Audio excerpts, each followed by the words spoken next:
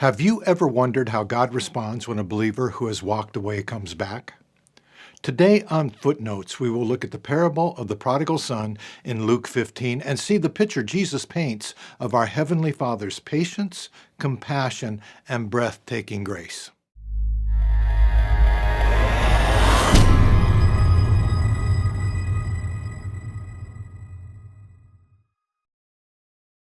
Hi, this is Pastor Bill, and today we're going to look at a young man who sinned in a horrendous way, but discovers he hadn't outsinned his Father's grace. Before we move on, can you hit that subscribe and like button? And I want to thank you. It is much appreciated. And hang out to the end of this video because this story builds to a wonderful conclusion. The passage we're looking at is found in Luke 15, but to understand what is happening there, we must see what happened at the end of chapter 14.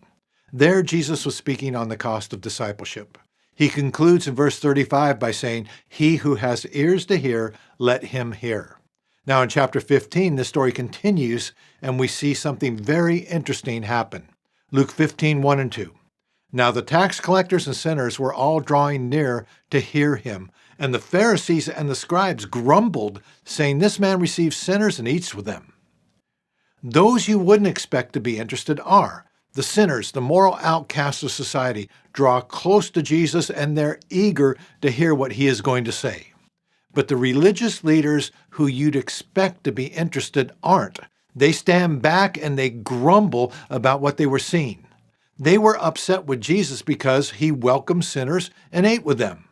See, they thought if Jesus was really a godly man like he claimed, he wouldn't want to be around people like that. They didn't understand Jesus' heart because they themselves had no heart for those who had been shunned by society. Welcome people like that? Eat with them? No thanks, scum.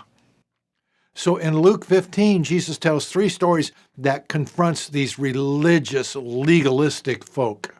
And in each one of the stories, he teaches about God's compassion for the lost. We have a lost sheep, a lost coin, and in this story, a lost son.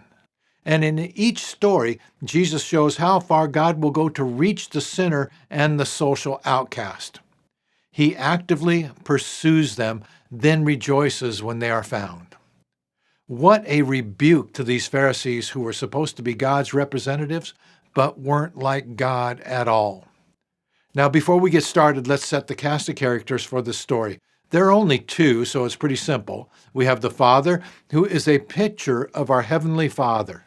And we have the wayward son, who I believe is a picture of a backslidden believer. Why do I believe this is a believer who wanders off and then returns? Well, I have three reasons for that. First, he was a son. Second, he was recognized as a son even after he left. And third, he was received as a son when he came back. Now, in verse 11 and 12, we have the prodigal's departure. Look at that. "And he said, there was a man who had 2 sons. And the younger of them said to his father, 'Father, give me the share of property that is coming to me.' And he divided his property between them." Well, no big deal, right? This young man just wants to get on with his life. But in those days, this was a huge deal. To ask his father for the inheritance early would be like saying, "I wish you were dead, old man, so I could have my stuff." Any Jew would be shocked at the audacity of this young man. This story is off to a rocky start, isn't it? But you know what? It's going to get worse. Look at Luke 15:13. "Not many days later, the younger son gathered all he had and took a journey into a far country. And there he squandered his property in reckless living." To everyone's surprise, the father in the story gives him his inheritance and lets him go. Now, this inheritance would include property, his portion of the family land. Now, to finance his party lifestyle, he would have to turn his assets into cash, which meant he would sell his portion of the family land. And this was something that was never done. You did not sell family land, because land was viewed as a sacred trust given to the families by God himself. You see the Jewish mindset in 1 Kings 21 when King Ahab wanted to purchase Naboth's land, which was located right next to the palace. Listen to Naboth's response. 1 Kings 21:3, The Lord forbid that I should give you the inheritance of my fathers. He considered this to be such an offense that he was willing to lose his life over it, and he did lose his life. So what do we have so far? We've seen this son heartlessly ask for his inheritance in advance, and then after receiving it, he sells the family land to finance a lifestyle of sin in a distant land. But in verse 14 through 16, we're going to see the pleasure was short-lived. But it always is, right? Sin always promises so much satisfaction, but it ends in destruction. Thomas Watson, that great Puritan, said this: "A man can no more extract blessedness out of sin than he can suck health out of poison." So this young man is going to learn that lesson well. Look at Luke 15:14 through 16. "And when he had spent everything, a severe famine arose in that country, and he began to be in need. So he went and hired himself out to one of the citizens of that country, who sent him into his fields to feed pigs. And he was longing to be fed with the pods that the pigs ate, and no one gave him anything." Listen, it doesn't get much worse than that for a Jewish boy. The law banned the Jew from having anything to do with pigs, but here he is not only living with them, but longing for their food. Now, please get this picture fastened in your mind. This is where sin wants to take you. It promises pleasure, but takes you into the pig pen of the world.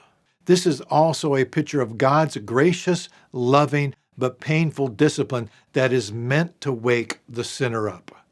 God will do what he must do to turn us from our sin and draw us back to him.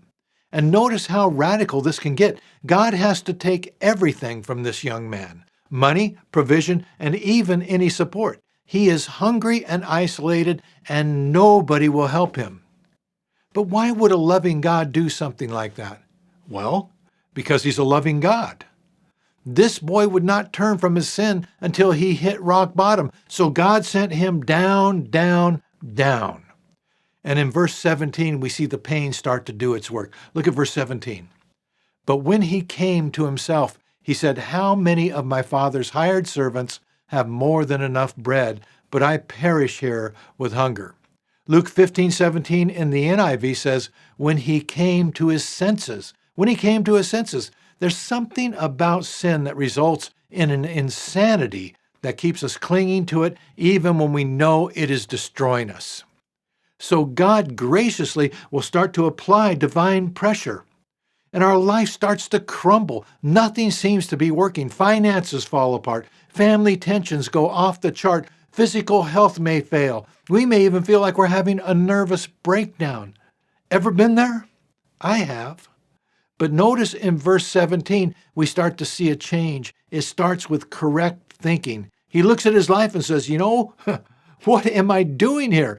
This is ridiculous. I'm trying to survive by stealing food from pigs when there is plenty of food in my father's house. Now look at verse 18. Now that he is thinking correctly, he starts to act correctly. Verse 18, "I will arise and go to my father, and I will say to him, 'Father, I have sinned against heaven and before you.'" The pain has brought about repentance, hasn't it? Now he is willing to turn away from his sin and go back to the Father. And notice the confession: "I have sinned against heaven and before you." This is what genuine repentance looks like. We become honest about our sin. We quit playing games, we quit blaming others, and we finally take responsibility for our actions. This young man is going back to his father, ready to admit that he had sinned against him. But I want you to see an interesting dynamic in verse 18 and 19 that we need to be aware of. Look at that. He says, "I will arise and go to my father, and I will say to him, 'Father, I have sinned against heaven and before you.'" Well, so far, so good. But now let's add verse 19, where he says, "I am no longer worthy to be called your son. Treat me as one of your hired servants." Do you sense some depression there? And listen, this is not unusual. Many times after prolonged sin, when a believer returns to God, they feel like this. They feel so guilty because of what they've done and think God could never love them like he did before. They think they have ruined everything and nothing will ever be the same. That's how this young man feels right now, I believe. He remembers those wonderful times in that home and how awesome it was to have a father that loved him so much. He remembers the good times, the laughter, and all the blessings. But that was before his sin. That was before he treated his father with such disdain. Now he feels like he's ruined everything. I know I'll never be treated as his precious son again. I just hope he'll be gracious enough to treat me like a servant. Feeling this way isn't uncommon. After deep sin or repeated sin, we fear that we've gone beyond the reach of God's love. Listen, maybe you're there right now. You've blown it and you're heartbroken. You believe God can forgive you, but love you? Probably not. It will never be the same again, and it's all your fault. If you feel that way, then you need to see what Jesus is saying about God's amazing grace in this story. Here is God's heart for the sinner who is coming to him for the first time but thinks God will never accept somebody like them. And here is God's heart for the son or daughter who knows him but walked away and is now coming back. Look at verse 20 and let this comfort you.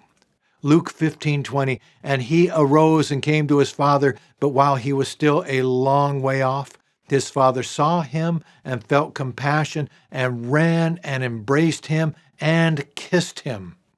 That is so good, isn't it? The father who was so hurt and humiliated isn't holding any grudges at all. And notice he sees him a long way off. That tells us he was looking out on the horizon, probably at that same path his son had walked away on so long ago. I just picture him sitting on the porch, gazing off into the distance, longing for his son to come home. And when he sees him, what does he do? Does he tell his servants, "Quick, lock the door, send the message to everyone that he's not welcome here"? No, this dignified older gentleman starts running towards him. And I'm sure the Pharisees are probably thinking, "I hear you, Jesus. He's going to strangle that brat, right?" I mean, that's what they'd do. But to the amazement of everybody listening, the father's not angry at all. Filled with compassion, he runs to him, throws his arms around him, and starts showering him with kisses. What a scene Jesus is painting of the breathtaking grace, mercy, patience, and compassion of God. Yes, God will get rough when we choose sin and refuse to repent, but that's all done out of love. He will do whatever is necessary to turn us from our sin and bring us back to Him.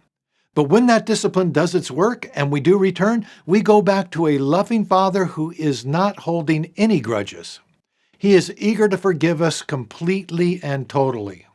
Now watch how this amazing grace unfolds. This is beautiful. In verse 21, the boy begins to give the speech he's probably rehearsed 100 times on the way home. Verse 21, and the son said to him, "Father, I have sinned against heaven and before you. I am no longer worthy to be called your son." Notice what is missing.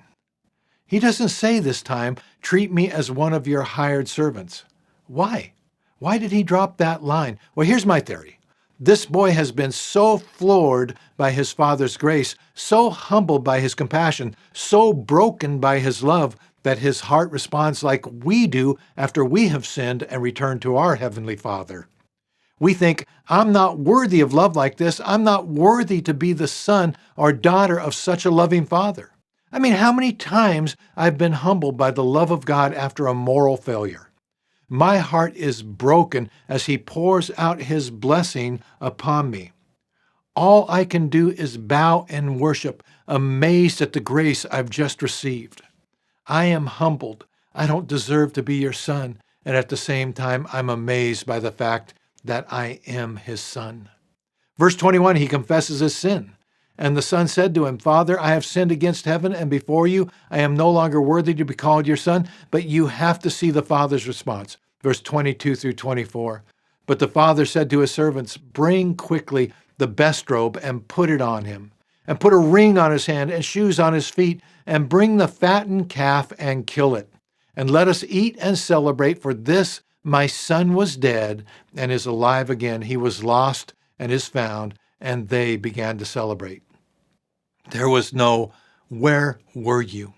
How dare you do that to me? How dare you show your face in this house where you humiliated me in front of everybody? You know what? Yeah, I'll let you back in, but I'm watching you. Maybe gave him one of these things. One slip up and you're gone. You hear me? No. The boy starts his speech, but while he's repenting, the father is already blessing. He wasn't even finished before the father granted forgiveness. I mean, this is a picture showing us how eager the father is to forgive his returning children. No grudges, but there would be a huge celebration. Again, a picture of our Heavenly Father. And the father gives 3 gifts to the boy, and every one of them speaks of his complete restoration. Bring the best robe, the robe that was reserved for the guest of honor. Everybody would see the boy wearing that robe and know he was fully welcomed back into the house. Put a ring on his hand. The ring spoke of authority. This young man would not be treated like a hired hand by anybody. He was the father's son who had authority over the hired hands.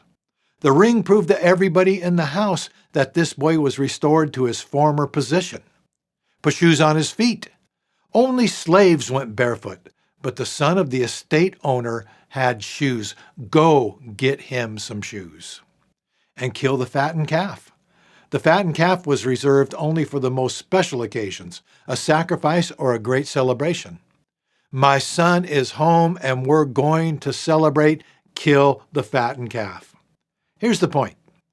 This boy is brought back into a place of complete restoration. I mean, how glorious that is, but how like God.